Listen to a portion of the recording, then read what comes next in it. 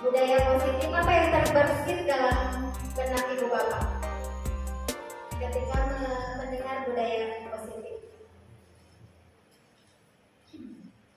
Apa yang terbersit dalam benak kita? Kebiasaan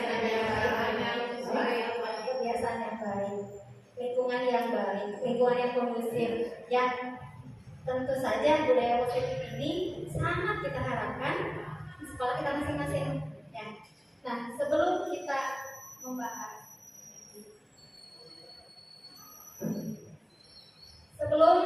membahas mengenai budaya positif nanti ke depannya seperti apa, kita coba merenungkan gitu ya. Bagaimana sih kondisi siswa-siswa di sekolah kita untuk saat ini? Apakah mereka sudah memiliki disiplin yang baik? Apakah mereka sudah bisa mengikuti aturan yang menjadi tata tertib sekolah? Apakah mereka sudah sesuai dengan apa yang kita harapkan? Nah, lantas apa peran kita sebagai guru BK? Kira-kira apa yang akan kita lakukan? Yang sudah dan akan kita lakukan untuk menciptakan budaya di mana anak-anak bisa berdisiplin dengan aturan yang ada di sekolah, bisa mengikuti apa yang menjadi visi misi sekolah gitu. Ya. Nah, sebelum menjawab itu, saya ingin ibu bapak berpasangan dulu. Senekan simpan belak. Jadi kan jejak. Saya ingin ibu bapak berpasangan berdua-dua aja. Ya. Pak Hendy kena naonnya dari sarang ibu bapak, sarang ibunya, sarang bapak. Soalnya ini saya ingin ibu bapak katakanlah ini adalah barang berharga. Setiap 2 orang memegang ini, ya 1 orang di bagian aku tanya kita, aduh barang berharga pisan. Kayak buah-buahnya.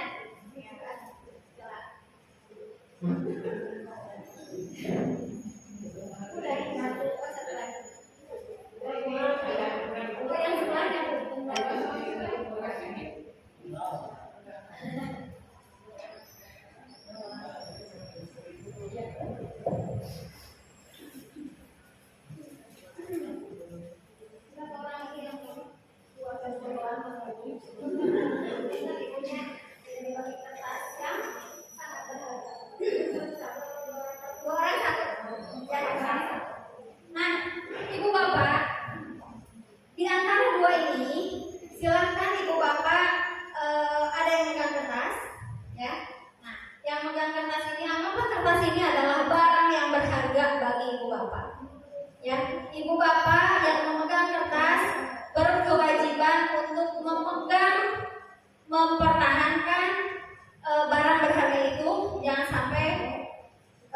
pindah ke tangan yang lain gitu. Ya, itu tugas yang memegang kertas. Nah, satunya lagi bertugas untuk membuka. Ibu bapak yang bertugas membuka, silahkan apapun caranya bisa dilakukan. Mau maksa, mau mengintimidasi, mau diganti istilah uang gitu ya, dibujuk ya, negosiasi, apapun caranya boleh. Kumaha cara nama penting si barang berharga itu bisa ibu bapak dapatkan. Ya, saya kasih beberapa detik saja untuk saling mempertahankannya. Satu ingin kertas, yang duanya ingin barang berharga itu. Boleh sudah berpasangan? Berapa? Pak ini salah. Gak apa-apa, pegangnya mana ya teman-teman? Pada diremput juga berguna, pada bernegosiasi. Gak ada masalahnya ya? Ya, silakan ibu bapak mempertahankan itu. Ya, gak ada masalahnya. Oke, silakan. 1, 2, 3.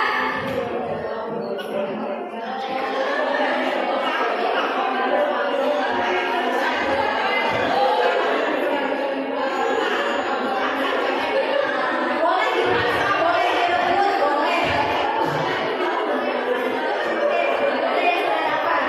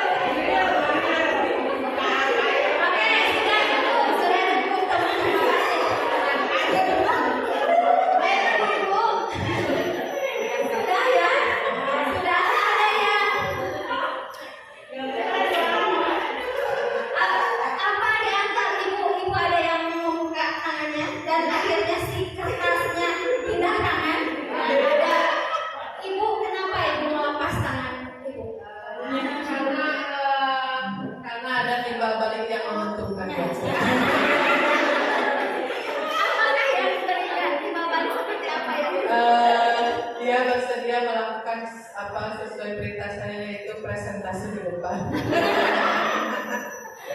Ya, ada lagi yang kembali ke apa? Pindah tangan.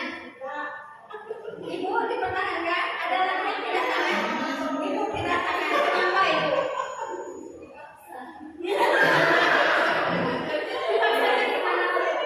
Diambil aja.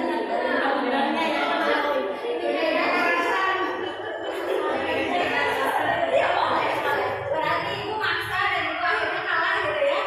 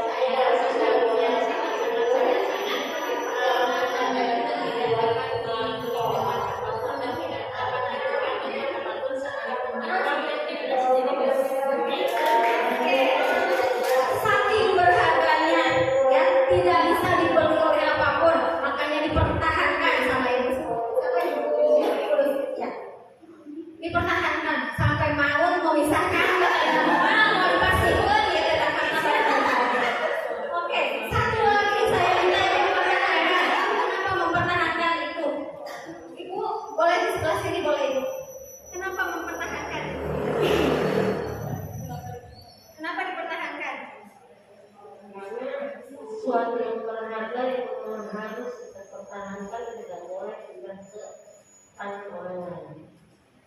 Ibu Sri, kenapa tidak sampai dapat? Sudah Bu, sudah berusaha. dipuji. Sudah berusaha, ternyata nggak dapat ya. Dicoba untuk ngambil hati. Tapi tetap ini. Ibu Sri sudah berusaha sekuat tenaga sampai kali dipuji. Nggak mudah, nggak mudah pasti segalanya, tapi tetap dipertahankan betul. Sami kena sesah jadi biasa di Allah bukan maka. Nah, Ibu, dalam kegiatan barisan, kira-kira siapa yang memegang kontrol? Siapa yang memegang kontrol? Mau dibuka atau pemegangnya ya? Jadi sekuat apapun lawannya, kalau yang memegang itu nggak mau melepas ya, dia akan dipertahankan. Kenapa tadi ibu kan dipaksa dari hanging? Karena ibu sedikit memberikan peluang istilah nama. Ya wes lah. Masa-masa gitu ya. Kan gitu ya.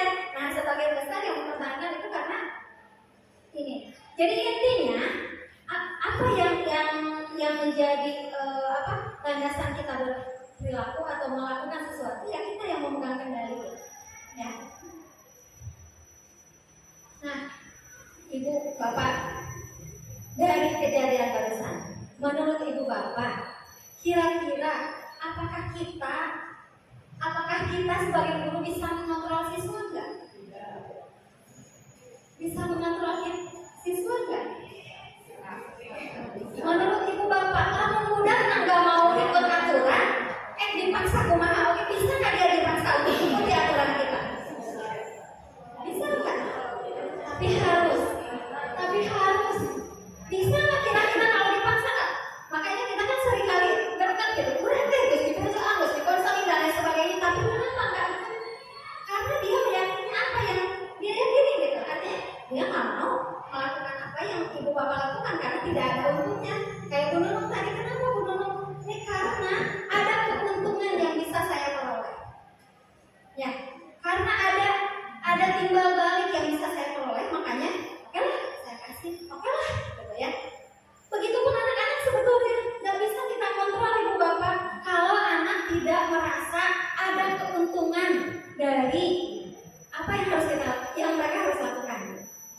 Jadi seringkali kalau mah orang dipaksa ya anak nggak akan ikut. Nah, atau ibu harus ikut aturan, kudu ulah kasihanan. Toh bagi saya tidur lebih enak. Harus apa untungnya saya mengikuti aturan di sekolah? Ya, kan seringkali seperti itu. Nah, harus, iya. Tapi maksudnya bagi saya apa? Gitu. Nah, seringkali kita jadi gerget, gitu ya, gerget kabudak.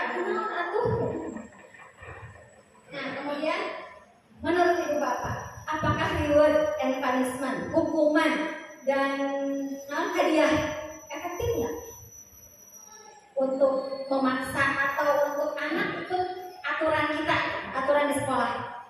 Efektif nggak? Hukuman katakanlah kita kan seringnya termasuk di sekolah saya juga sering gitu ada kasihan disuruh apa gitu. Ya ngebersihan WC lah atau kadang mah ada disiplin positif judulnya ya, misalnya dari disuruh sholat duha lah atau disuruh baca buku nanti mereview, positif sih tapi itu hukuman gitu. Ya menurut Ibu Bapak efektif nggak hukumannya? Kurang efektif. Karena tetap dihukum besoknya lagi. Kalau dengan punishment, kalau dengan reward itu gimana? Kalau dengan hukuman oke, ya kita sering kali kita sepakat mungkin hukuman itu sangat tidak efektif, bahkan anak nurut sehari tahun ya gitu.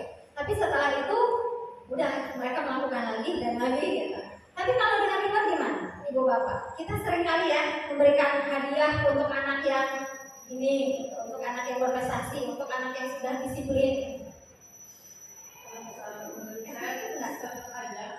Kurang efektif ya. Betul Ibu Bapak, ternyata reward itu pun tidak efektif karena akan memicu kecemburuan. Ketika kita menghargai anak yang sudah disiplin, katakan seperti itu, tapi ternyata ada anak yang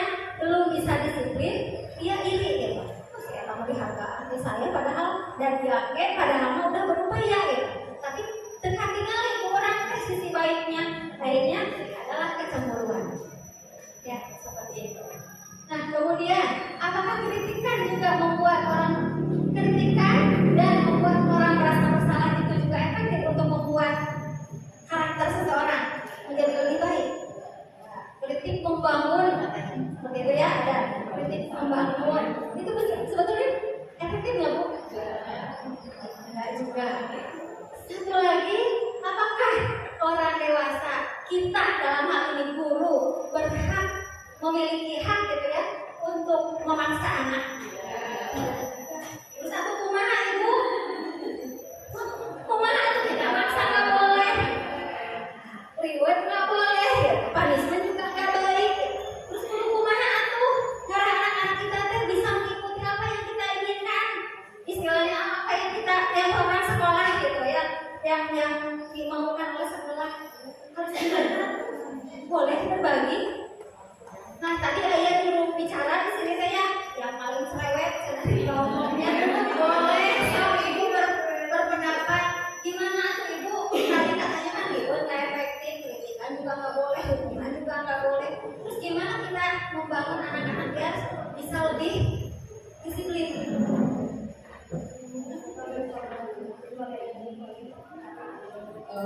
Sebelum kita memberikan donasi kepada anak-anak untuk melakukan hukuman atau tindakan sanksi, sebelum apa-apa, jadi kembali lagi dari kita sendiri dulu, berikan contoh bagaimana supaya anak itu bisa mengikuti kita.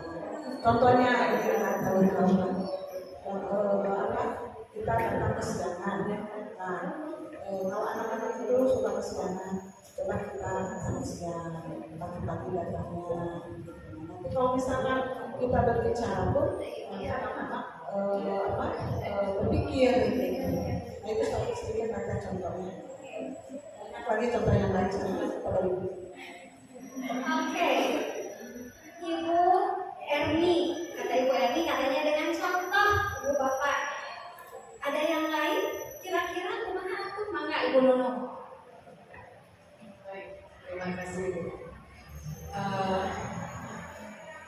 Memang barangkali untuk zaman dulu ya, reward dan punishment itu salah satu strategi atau metode untuk mendisiplinkan anak-anak. Tetapi memang dilihat dari yang sudah terjadi, dilihat dari pengalaman ternyata itu tidak efektif. Nah kalau menurut saya dikasih pemahaman dulu anak sejauh mana anak memahami bahwa aturan itu memang baik buat dia, ya, bermanfaat buat dia, baik buat dia. Nah itu yang seringkali aturannya juga sendiri si pembuat aturan tidak paham kenapa dia membuat aturan seperti ini, ya. Jadi barangkali untuk regulasi sekolah juga ketika membuat tata tertib ini apa sih buat anak gitu ya. Kita memang mendisiplinkan, contohnya anak misalnya jam 7 harus jam 7 kurang 10 menit harus ada di sekolah. Apa manfaatnya buat anak gitu ya. Jadi ketika kita mensosialisasikan tata tertib sekaligus kita juga memberikan pemahaman kepada anak poin-poin dari tata tertib tersebut apa fungsi dan maknanya buat anak tersebut. Barangkali itu ya Bu. Terima kasih. Betul Ibu Bapak ya. Jadi memang harus paham dulu si anak teh aku kenapa saya harus melakukan itu gitu kan, harus paham dulu. Ayeuna pada dipaksa mengikuti aturan kita, kalau anak nggak paham ya nggak mau gitu. Betul kata Bu Nunung tadi ya, diberikan pemahaman kenapa aturan ini dibuat, kenapa aturan ini disusun oleh sekolah kita. Kemudian kita juga sebagai guru, sama kata Bu Erni katanya, ya kita sebagai guru harus contoh ke anak-anak. Nggak bisa kita nuntut anak udah paham bahwa mengikuti aturan itu harus gitu, tapi orang nanti nyontohan ya nggak akan masuk juga gitu, ya seperti itu.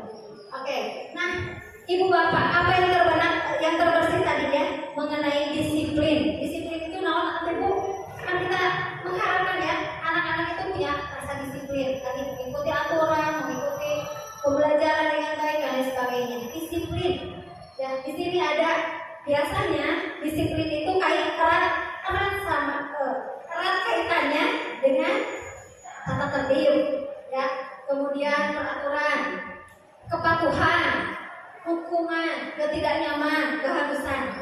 Apa itu betul yang namanya makna disiplin? Tapi nggak bisa kita pungkiri selama ini disiplin itu ya ini gitu, tata tertib.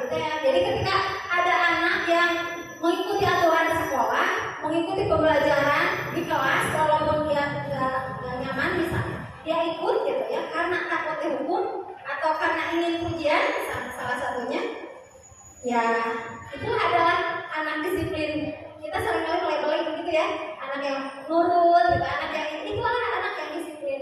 Apa betul Bu seperti itu? Enggak ya sebetulnya. Ini saya ada sedikit cuplikan dari Pak Ki Hajar Dewantara, Bapak Pendidikan Nasional kita gitu ya, pendidikan ini. Kata Pak Ki Hajar Dewantara, di mana ada kemerdekaan, disitulah harus ada disiplin yang kuat. Sungguh pun disiplin itu bersifat self disiplin, yaitu kita sendiri yang mewajibkan kita sendiri ya, yang mewajibkan kita sekeras-kerasnya. Tetapi itu sama saja, sebab jikalau kita tidak cakap melakukan self disiplin, wajiblah penguasa lain mendisiplinkan diri kita.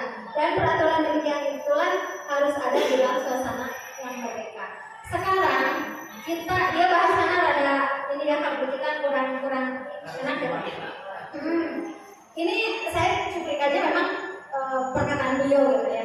Jadi intinya untuk membuat suasana disiplin gitu untuk anak-anak kita, ya anak-anak harus sadar. Kata Bu Guru tadi harus paham dulu gitu. Jadi karena yang mengelola, yang menjadi kendala pemegang kontrol, jika tadi ibu bapak memegang kertas tadi, barang berharga tadi gitu, ya itulah adalah anak gitu. Kita nggak bisa memaksa anak kalau anaknya nggak mau gitu. Nah, tugas kita yaitu bagaimana menanamkan disiplin itu, menanamkan kesadaran bagi anak-anak agar mereka bisa mempunyai kedisiplinan diri dari dalam diri, bukan karena ingin dipuji, bukan karena takut akan hukuman. Itu yang kita harapkan. Oke. Nah, sebagai pendidik, tujuan kita adalah menciptakan anak-anak yang memiliki disiplin sehingga mereka tidak berperilaku dengan mengacu pada nilai-nilai kebajikan universal dan memiliki motivasi intrinsik, bukan ekstrinsik. Artinya, kita berharap si anak-anak teh bisa mengikuti kebajikan universal itu, Ibu, bolehlah kesepakatan bersama nilai-nilai yang ada di masyarakat gitu ya, yang ada di masyarakat pada umumnya. Misalnya, kenapa kita kalau mau makan harus cuci tangan nih? Nah seperti itu kan, kadang tanpa harus kita suruh gitu, kita ini aja. Nah itu nilai-nilai atau kebajikan universal yang orang lain sudah tahu gitu. Ya orang itu dia akan membawa dampak positif, dampak yang baik gitu. Dan yang terpenting adalah memiliki motivasi intrinsik dari dalam dirinya, bukan karena dipaksa oleh kita, bukan karena diiming-imingi oleh sesuatu gitu, tapi dia betul-betul melakukan apa yang harus dia lakukan, yaitu berdasarkan motivasi intrinsik dari dalam dirinya. Oke, Bu Siva. Nah, ayeuna dinaros ka ibu bapak di sini sering nggak kesiangan atau selalu berusaha datang tepat waktu? Datang tepat waktu. Tapi sok kayak kesiangan. Oke, next Bu Siva. Apakah ibu bapak setelah disiplin kemudian mendapatkan reward? Apakah setelah ibu bapak kesiangan, ibu bapak juga mendapatkan punishment? Kadang-kadang ya, punishment sosial. Kadang kalau sekolahnya rada disiplin, ya kadang suka ada panggilan oleh kepala sekolah, dikumpulkan, kunaon kasihangan wae ditegur, terawas ya tidak. Ya apalagi kalau diketahui oleh teman-teman yang lain, oh si bapak Anu dipanggil kalau kepala sekolah, kunaon sering kasihangan. Aduh, katanya biasa, ya. Nah, bila di sekolah kita seandainya tidak ada aturan, istilahnya tidak ada aturan yang memberikan surat teguran bagi para gurunya yang sering datang terlambat, atau tidak ada atasan yang memberikan penghargaan kepada kita, kira-kira ibu bapak akan melakukan kesiangan lagi nggak? Atau akan tetap datang terlambat untuk menunaikan kewajiban ibu bapak. Nah, bapak gue, kenapa bu? Karena sudah kebiasaan pokoknya sama anak tiap anak belajar sekolah, sampai sekolah dan setelah itu jalan-jalan. Oke, kebiasaan. Motivasi ibu apa? Ya, kalau kita regenerasi, kebiasaan itu. Oke. Nah, betul ya. Nah, jadi ibu bapak datang ke sekolah tanpa kesiangan teh bukan karena ini kan, bukan karena ingin mendapat imbalan, bukan. Karena ada kita mah kadang nggak diharganya datang pagi juga katakanlah belum ada siapa-siapa, nggak ada penghargaan dari kepala sekolah istilahnya. Ya kita datang tepat waktu. Kemudian apakah karena menghindari hukuman? Kadang ada, kadang ya, tapi kadang itu agak ini. Kemudian, nah ini, ataukah kita yang berusaha untuk menghargai diri kita untuk melakukan tugas kita, dan tugas kita sebagai guru memberikan contoh, itu kan penghargaan diri kita terhadap diri kita sendiri kita. Nah kita berharap anak-anak didik kita pun gitu memiliki rasa harga diri itu terhadap dirinya sendiri gitu, sehingga tidak menjatuhkan harga dirinya gitu ya. Ya seperti halnya kita melakukan karena ini mah sudah tugas, ya saya harus jangan sampai dong mempermalukan diri sendiri di hadapan anak-anak, di hadapan guru-guru, karena ya kita nggak mau melakukan tugas kita misalnya seperti itu. Nah ibu bapak, tadi kan reward punishment nggak efektif, hukuman juga piaga gitu ya. Nah strategi apa yang selama ini ibu bapak terapkan untuk mendisiplinkan anak-anak yang sudah dilakukan? Kira-kira apa bu bapak? Kalau saya mampu biasanya itu dengan menilai. Dari sekian yang saya lakukan terhadap anak-anak yang suka kesianan, biasanya saya suka bukan ancam ya, tapi ya ingin-inginlah dengan nilai gitu. Kalau yang suka datangnya terlambat, misalkan 10 menit, saya suka suruh menulis surat Al-Fatihah gitu, atau disuruh sholat duha atau apa aja yang positif. Dan itu bagi mereka yang jarang itu sangat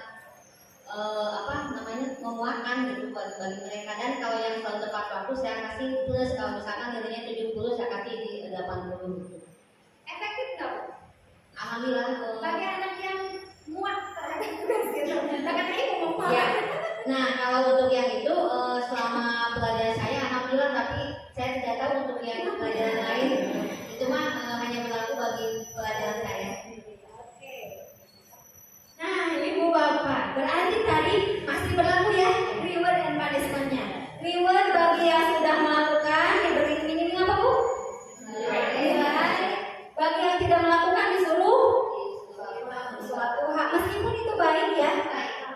Baik, tapi kadang Soalnya banyak yang belum bisa baca tulis Al-Quran juga kalau di sekolah kayak. ibu gimana kalau anaknya malah jadi fobia dengan Al-Quran? Karena Al-Quran ini dijadikan hukuman gitu. Jadi karena anaknya dihukum gitu ya dengan menggunakan Al-Quran, katakanlah baca tulis Al-Quran, ternyata si anak di rumah malah nggak mau dia dibaca. Selama ini alhamdulillah. Ya ada ya. Mudah-mudahan. Nah, seperti itu. Tapi nggak sedikit ya ibu bapak, ketika kita memberikan punishment terhadap sesuatu itu baik, tapi kadang yang baik itu malah menjadi racun buat dia. Ya seperti tadi misalnya ada anak yang kesiangan, kemudian disuruh menulis ayat suci Al-Quran sekian ayat, akhirnya dia bisa jadi trauma gitu dengan tulisan-tulisan itu. Ini bisa sangat bisa terjadi seperti itu. Jadi mungkin, nah ini kita direfleksi lagi ya, apakah ini betul-betul sudah efektif? Apakah betul si anak nanti bisa mengikuti aturan di pelajaran ini bu? Soalnya karena dulu kita kalau anak yang kesiangan itu bersih WC, sampai disuruh lari ya, itu mereka malah diulang lagi. Masuk yang kayak gitu malah paling disuruh. Mending kene.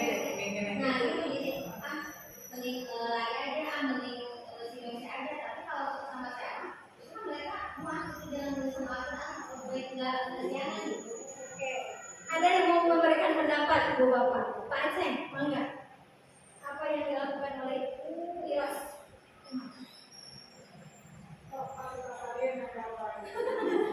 Assalamualaikum warahmatullahi wabarakatuh. Alhamdulillah ketemu lagi sama Bu Erni. Ya Bu, salam pramuka. Karena saya ketemunya dulu waktu KMY. Kalau menurut saya itu sangat-sangat baik, apalagi mungkin kalau misalkan diterapkan dengan sikap nanti keagamaan. Si anak tersebut nanti akan mempunyai istilahnya kemudian amal lah, ya. Si anak tersebut akan mempunyai amal baik, apalagi mengaji Quran itu kan jadi ibadah. Nah mungkin kalau diterapkan di sekolah saya itu akan sama juga Bu. Cuma kalau misalkan di saya itu kebetulan sekolahnya dengan lingkungan yang langsung dengan masyarakat, jadi si anak tersebut lebih baik ngumpet di mana Bu? Daripada kaperdak meningkatnya nyumput di mana. Saya sering melakukan kegiatan-kegiatan kalau misalkan sweeping, istilah sweeping itu lebih radiusnya lebih dari 200 meter dari sekolah. Ngumpet di sebuah warung lah, di mana lah. Dan ternyata itu menjadikan mereka itu lebih mencari ruang untuk ngumpet lebih dalam lagi. Nah, mungkin kalau misalkan diterapkan di kami itu, si anak itu lebih baik nggak ke sekolah sama sekali daripada diterapkan seperti itu. Akan lebih berat. Menikah di sekolah. Walaupun saya sering melakukan visit, si anak tersebut dari rumahnya memang berangkat, kembali ke sekolah, kembali pulang sekolah, baru pulang ke rumah. Si orang tua itu tidak tahu apa keseharian si anak tersebut, dan si orang tua tersebut seolah-olah maka nyerahkan ke bapak. Itu yang sering terjadi Bu. Sehingga sekolah juga bingung ketemu sama si anaknya. Enggak, si orang tua tidak memberikan apa-apa. Meni orang macik atau kawayang-kawayang memberi orang memberi ajar-ajar ke sekolah. Ayo pas penakjil sekolah memberikan dikuasai pemahaman kumaha. Itu kalau misalkan di saya istilahnya di kota sangat-sangat susah. Lebih baik kita terapkan dengan cara yang saya pahami. Kita terjun dulu lah dengan anak-anak bagaimana si anak tersebut mempunyai lingkungan seperti apa. Baru kita mengetahui bahwa karakter anak tersebut. Yang saya lakukan seperti itu. Saya melakukan pemahaman yang mungkin menurut mereka itu si bapak iya, si bapak iya mungkin. Jadi saya menginginkan bahwa kita dan anak-anak itu tidak ada jalan yang biasa saya lakukan. Misalkan dengan si anak tersebut kita bisa ambil sambil di kelas, kita bisa sambil bercanda, cuma tidak lepas dengan materi. Kita melakukan kegiatan yang mungkin tidak mereka itu punya masalah dari rumah, masalah orang tua lah, masalah apa. Yang saya cari si anak tersebut fokus dulu melihat kita ketawa di pelongken ngumpul ke barangkali dari ya terus akhirnya kurang tegur seri berarti si anak istilahnya udah merespon lah apa yang kita lakukan. Mungkin itu yang saya lakukan sekarang di sekolah saya ini, mungkin bareng dengan Pak Hendy, tapi berbeda untuk BK-nya di kelas mana. Tadi Ibu Iras mah katanya dengan reward dan punishment. Kalau Pak Aceh mah intinya dengan pendekatan, pemahaman. Hasilnya gimana Pak? Alhamdulillah. Ada ya. Ibu hasilnya gimana? Alhamdulillah juga malahan untuk yang suka merokok si pendiri lingkungan sekolah dengan sendirinya ya karena kami itu siswanya itu dengan ke bawah ya. Jadi dengan cara ini aja yang merokok di lingkungan sekolah apalagi di sekolah didenda 5.000 itu efektif. Oke. Nah, Ibu dengan reward dan punishment, apakah disiplinnya itu jangka panjang nggak sih? Sepanjang saya sih memang itu jangka panjang berbeda dan itu mungkin berbeda dengan guru lain dan saya tidak bisa memaksa untuk karena jujur aja Bu, kalau saya kenapa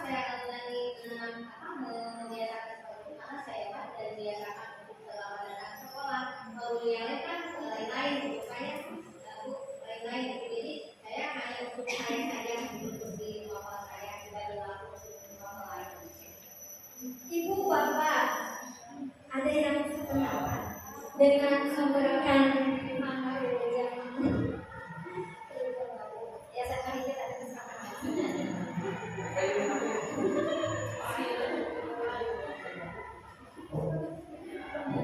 Aku yang melamar, nah tapi kalau soal mainan juga saling suka. Oke, santai ya, santai. Baik, ibu bapak. Ya, ada yang tidak setuju dengan reward dan punishment. Tadi katanya, menurut ibu bapak reward dan punishment itu nggak efektif. Ya, nah sekarang ibu Iros melaksanakan itu gitu dengan memberikan reward dan punishment. Tapi ternyata hasilnya cukup efektif untuk jangka pendek sebetulnya ya Bu ya. Terus apakah kita memang mengharapkan anak-anak disiplin dan sehari kalian kumpul ibu bapak? Tidak. Jadi menurut ibu bapak kalau reward dan punishment itu bisa jangka panjang nggak sih? Enggak. So ibu atau berpendapat boleh. Bu gimana?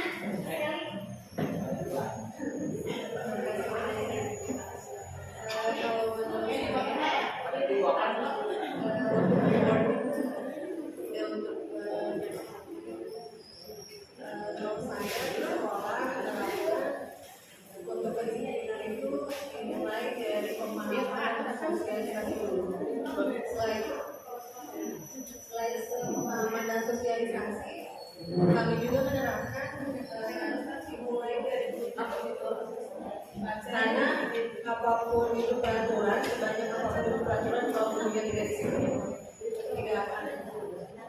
Jadi menurut ibu juga nggak setuju dengan reward dan punishment itu? Ya, karena kalau misalkan jangka panjang, karena posisinya akan ada yang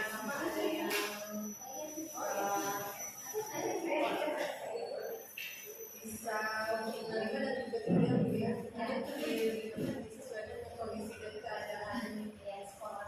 Oke, baik ibu bapak. Ibu saya lihat dulu ya. Terima kasih pendapatnya.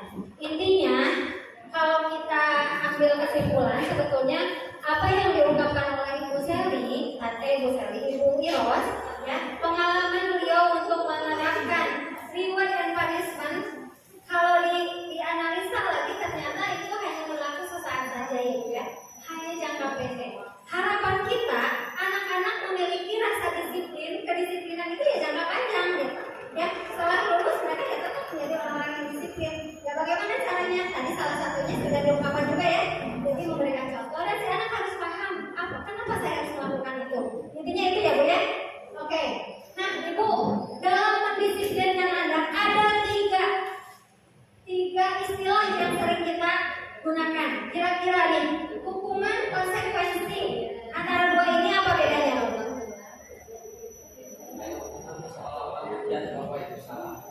Kalau konsekuensi tapi dia salah kan? Hukuman dan konsekuensi apa dulu? Hukuman dan konsekuensi apa bedanya? Konsekuensi ada kesepakatan, hukuman itu satu pihak. Dua-duanya ada kesamaan, yaitu biasanya untuk menembus kesalahan. Ya, jadi ketika kita atau si anak melakukan kesalahan, apakah kita akan memberikan hukuman atau akankah memberikan konsekuensi? Kalau hukuman itu biasanya nggak nyambung dengan apa yang dilakukan. Misalnya anak kasiangan, dihukumnya Bu lari lapangan, itu hukuman. Ibu juga sebetulnya yang dilakukan itu adalah hukuman. Karena apa? Anak kesiangan dihukumnya nulis ayat Al-Quran. Nggak nyambung, itu namanya hukuman. Biasanya untuk menebus kesalahan yang dilakukan ya, dan itu hanya satu pihak kita pemberi hukumannya gitu. Itu anak suka tidak suka ya harus mengikuti aturan itu gitu. Ya, itu hukuman. Kalau konsekuensi biasanya merupakan jawaban dari kesalahan dia. Misalnya, si anak menumpahkan air. Sebagai konsekuensinya, dia harus membersihkan air itu, mengelapnya, membersihkan sampai kering lagi. Itu konsekuensi. Ya, misalnya anak ada yang melanggar apa ya misalnya, nggak pakai sepatu yang seharusnya, pakai sepatunya putih gitu. Terus hukumannya atau konsekuensinya apa? Dia harus membuka sepatu sepanjang hari. Itu hukuman atau konsekuensi?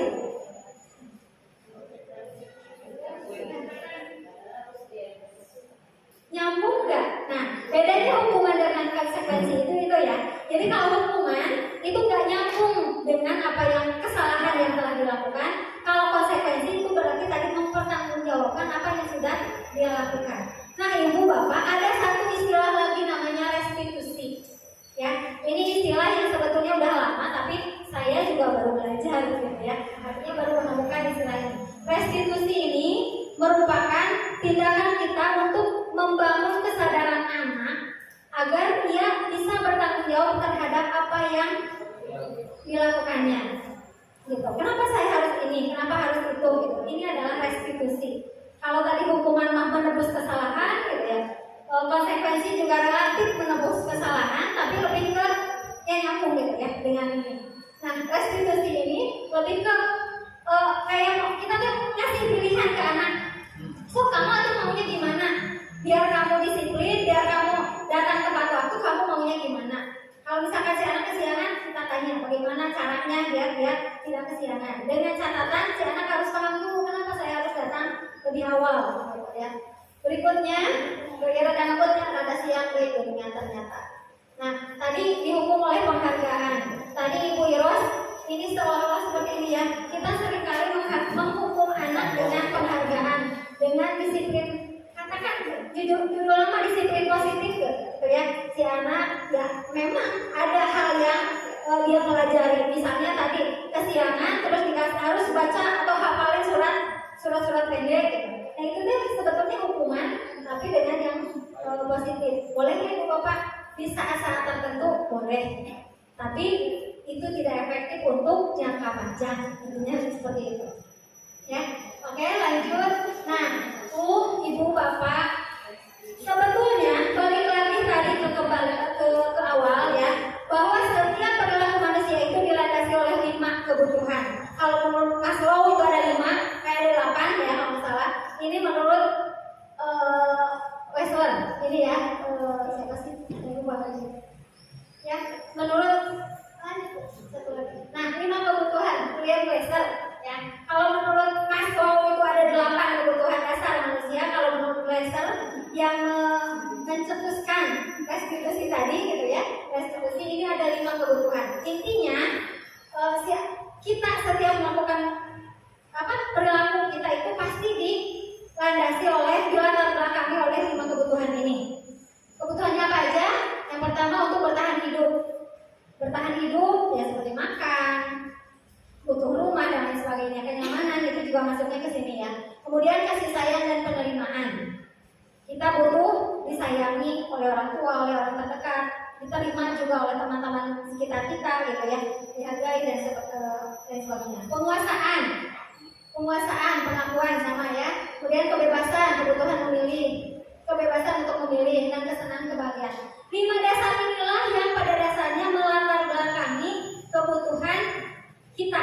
Artinya si anak ketika melakukan pelanggaran, misalnya Bu, Bapak, ada anak yang di kelasnya hayu dari cicing, mengganggu teman-temannya, misalnya, itu biasanya kebutuhan apa yang dia butuhkan? Misalnya dia ingin diakui, ada ingin kasih sayang. Nah, kita kadang melupakan itu gitu. Oh ternyata si anak melakukan ini karena ada kebutuhan yang tidak terpenuhi, makanya dia lakukan. Misalnya caper, oh berarti dia butuh perhatian, butuh pengakuan dari kita. Ya, jadi nggak bisa serta-merta kita untuk menyalahkan anak, nggak pasti. Setiap perilaku dia ada kebutuhan yang melatar belakanginya. Kenapa dia melakukan itu gitu? Next, Pak. Nah, sekarang posisi kita sebagai guru nih, Ibu Bapak ada 5 posisi kita untuk mendisiplinkan anak-anak. Yang pertama,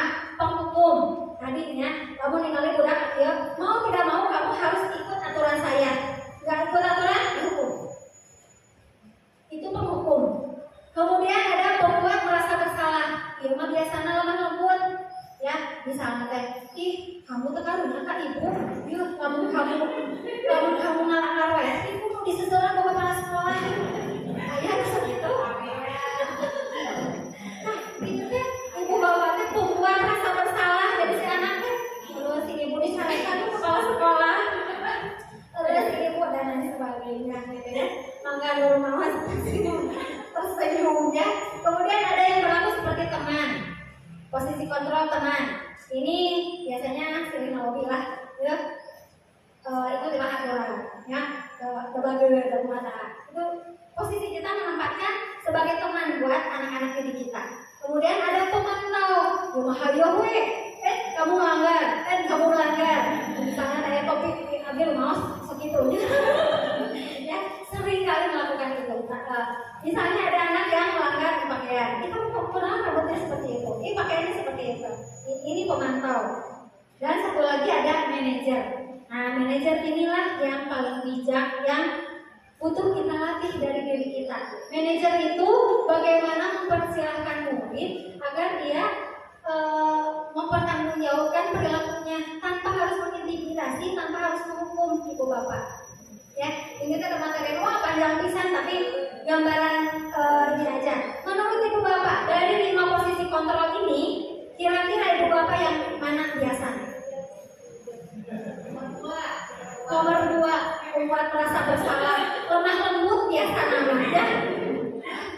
Terkarunya kak ibu, lemah lembut, membuat merasa bersalah biasanya terlalu ngambek, biasanya bahasanya lemah lembut. Yang biasanya kata guru BK ya. Guru BK karena ingin si anaknya nurut ke orang gitu ya, terkarunya kak ibu. Ya, kamu teh memiliki, ibu teh mungkin capek kan, dan lain sebagainya. Pokoknya mah membuat si anaknya merasa bersalah gitu kan. Nanti seolah-olah kita kan meminta belas kasihan dia gitu ya, agar mengikuti aturan. Nah, fungsi manajer posisi manajer inilah yang harus kita coba bangun dari diri kita ibu bapak ya. Jadi nggak yang empatnya, minimal yang pemantau. Kalau pemantau oke, masih oke lah ya. Tapi kalau penghukum saya rasa udah harus ditinggalkan ibu bapak. Kenapa? Karena nggak efektif gitu. Dihukum apapun ya hanya sehari-hari buat apa gitu. Ya, oke. Nah, yang manajer ini, tadi posisi yang manajer ini, agar kita bisa efektif menjalankan apa fungsi kita sebagai manajer bagi anak-anak didik kita yang bisa mengemban, mengayomi, gitu ya, memfasilitasi seperti itu ya, bagaikan manajer aja seperti apa gitu. Nah, ini harus ada keyakinan kelas. Keyakinan kelas berbeda dengan peraturan kelas atau peraturan sekolah gitu ya. Keyakinan sekolah atau peraturan sekolah. Next, Bu Sipa. Nah, saya rada runtun sedikit kejadian yang biasa kita jalani. Ibu bapak, mengapa kita sok di helm? Pakai helm ketika naik kendaraan? Sieun polisi. Nah, itu mah artinya sieun dihukum teh. Terus kenapa kita harus cuci tangan sebelum makan? Kesehatan. Nah, kesehatan itu adalah keyakinan yang harus kita tanamkan ke anak-anak. Kenapa? Kamu teh harus disiplin karena ada nilai-nilai tadi kebajikan yang harus diikuti. Apa tadi misalnya keselamatan, kesuksesan, ya itu dulu gitu ya harus kita bangun dari anak-anak didik kita. Jadi kalau anak-anak didik kita sudah paham tentang nilai-nilai kebajikan atau tentang keyakinannya gitu ya, keyakinan kalau saya datang tepat waktu, saya akan seperti apa, akan menjadi terbiasa menjadi orang sukses, akan terbiasa menjadi orang yang disiplin dan seperti itu ya. Oke, berikut musibah Isra Selede yang bisa. Nah, nilai keselamatan dan kesehatan inilah yang kita sebut dengan keyakinan. Tadi ya, kenapa kita pakai helm, kenapa kita cuci tangan? Ya karena itu ada nilai-nilai yang kita tidak menyadari, gitu. Bukan karena sia-sia upah polisi ya Pak ya, karena tidak sedikit kejadian di lembut, gitu ya. Tapi maka kurang kali di helm tak aspal kuat sirah.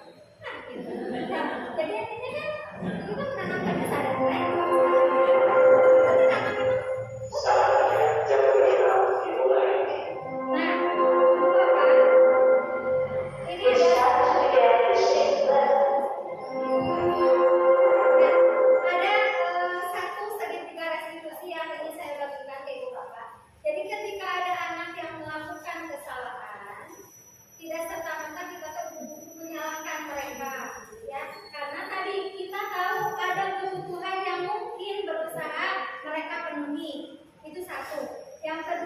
pasti ada alasan gitu ya. Ada alasan kenapa si anak melakukan hal itu. Nah, ada segitiga restitusi yang bisa kita terapkan di dalam mendisiplinkan anak. Yang pertama, tadi kita harus bikin dulu kesepakatan atau keyakinan ya Ibu Bapak, keyakinan yang disepakati oleh anak-anak didik kita gitu. Semacam kontrak atau kesepakatan lah boleh ya seperti itu. Nah, ketika anak melakukan kesalahan, hal yang pertama kita lakukan adalah menstabilkan identitas. Artinya kita tidak ngadorkan ya, kamu melakukan kesalahan, ayo ini dikabari kamu melakukan kesalahan, itu menjatuhkan anak sebetulnya. Nah, justru di segitiga restitusi ini kita membangun menstabilkan anak-anak. Jadi kita mengiring Cina, kira-kira apa yang kamu lakukan itu baik atau enggak? Kenapa kamu melakukan itu? Sampai ke anak menyadari, oh iya, apa yang saya lakukan itu salah. Ya, tanpa harus mengintimidasi, tanpa harus menghukum. Nah, setelah si anak mengakui kesalahan, kita stabilkan emosinya, kita stabilkan identitasnya bahwa oke, boleh kamu melakukan kesalahan, gitu ya. Karena setiap orang pasti melakukan kesalahan. Ibu pun pernah melakukan kesalahan. Nah, itu menstabilkan identitas, jadi tidak membuat anak down gitu dengan kesalahan yang telah diperbuatnya. Ya, nah setelah si anak stabil, artinya menyadari kesalahannya. Setelah si anak stabil gitu ya, oh iya saya salah, oh iya wajar dong kita melakukan kesalahan, mengakui kesalahan gitu. Kemudian langkah keduanya kita memvalidasi tindakan yang salah. Memvalidasi tindakan yang salah itu misalnya gini, tadi oke, saya salah, betul saya salah. Nah, tapi apa kira-kira yang akan terjadi jika kamu melakukan kesalahan itu baik gitu? Terus-terusan apa yang akan terjadi? Nah, si anak kan dibangun tak? Oke, tadi saya salah. Nah, saya memvalidasi tindakan yang salah gitu. Artinya kalau ini salah berarti saya harus gimana? Ya, karena kalau saya tidak merubah kesalahan ini, apa yang akan terjadi? Nah, ini langkah kedua gitu ya. Jadi bisa ya dididikan ya Ibu Bapak, maksudnya bisa dipraktekkan. Jadi yang pertama menstabilkan identitas, tidak menyalahkan anak gitu. Kemudian yang kedua memvalidasi tindakan yang salah. Oke, kamu salah dan sebagainya. Kira-kira jadi kalau wow, sorry.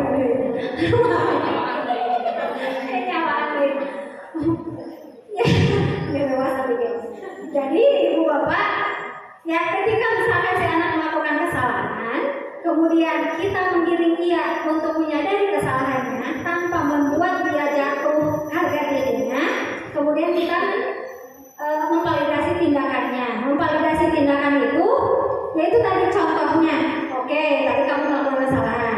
Kira-kira menurut kamu, kalau kamu melakukan kesalahan itu terus-menerus, akan apa akibatnya? Nah, kalau itu sudah si anak keluar, ya saya akan rugi Bu. Misalnya, kalau saya kesilangan lain, nanti saya akan ketinggalan pelajaran Bu. Nah, itu kan ya. Nah, kalau sudah si anak mengakui itu dan menyadari ada dampak negatif dari perilakunya, baru kita giring si anak kira-kira kalau keyakinan apa yang telah kamu langgar, misalnya kan nilai-nilai apa yang telah kamu langgar ya tadi saya tidak menghargai guru misalnya karena datang terlambat, saya juga membuat teman-teman menjadi rugi. Kenapa? Karena terganggu dengan kegiatan saya yang lagi fokus belajar. Nah, jadi seperti itu baru kita tanyakan ke anak-anak, kalau sudah begitu apa yang akan kamu lakukan biar gak kesiangan lagi. Ibu bapak saya kemarin sudah mencoba dengan cara ini gitu ya, ini diterapkan dari beberapa kasus. Alhamdulillah konseling teh terkena lami-lami ku 15 menit paling lama 20 menit gitu ya, diajak ngobrol soal kamu sadari gitu ya, menyadari kesalahannya. Oh iya saya mau seperti ini, kita tinggal tunggu hasilnya, pantau lagi ke depannya. Kan si anak udah menyadari kesalahannya dan dia akan melakukan perbaikan. Kumahaku kalau misalnya belum ada perubahan, panggil deh, kan kamu kemarin udah janji. Kalau kamu terus terjadi. Terus jatuh bosan. Tapi yang saya rasakan kemarin saya baru beberapa kali 2 anak gitu ya, bisa seminggu kemarin saya coba menerapkan ini, alhamdulillah efektif gitu untuk 2 anak ini, karena memang ini baru ya bagi saya gitu, untuk menerapkan ini. Jadi proses konseling ketika ada anak masalah di kelas gitu, atau di ini kita sebagai guru BK terkadang sampai Bu, terkadang sampai jadi kita berorientasi pada problem solvingnya. Kalau ini bagian dari konseling, kalau kita yang sudah kenal ya, konseling cepat yang sama bagian ini sudah tahu, mungkin bisa diterapkan. Jadi intinya ketika kita menghadapi permasalahan untuk mendisiplinkan anak, kita bisa mencoba segitiga restitusi ini. Insya Allah kita mudah-mudahan efektif Ibu Bapak. Ya, karena ini slide terakhir, karena tujuan mulia kita sebagai pendidik adalah agar terbentuknya siswa yang berkarakter. Tentu saja bukan sehari tahun, ya, bukan yang saat belajar dengan kita 6 disiplin, tapi di luar malah melanggar lagi, bukan yang begitu. Harapan kita terbentuk siswa-siswi yang berkarakter, berdisiplin, santun, jujur, peduli, tanggung jawab, dan merupakan pembelajar sepanjang hayatnya sesuai dengan standar kompetensi yang diharapkan oleh sekolah. Intinya seperti itu Ibu Bapak ya. Mudah-mudahan apa yang saya sampaikan cukup panjang ya, cukup banyak. Mudah-mudahan menjadi bekal Ibu Bapak yang bisa diterapkan di sekolah Ibu Bapak untuk mendisiplinkan putra-putri kita, anak-anak didik kita tercinta. Oke, terima kasih sudah ya. Terima kasih. Assalamualaikum.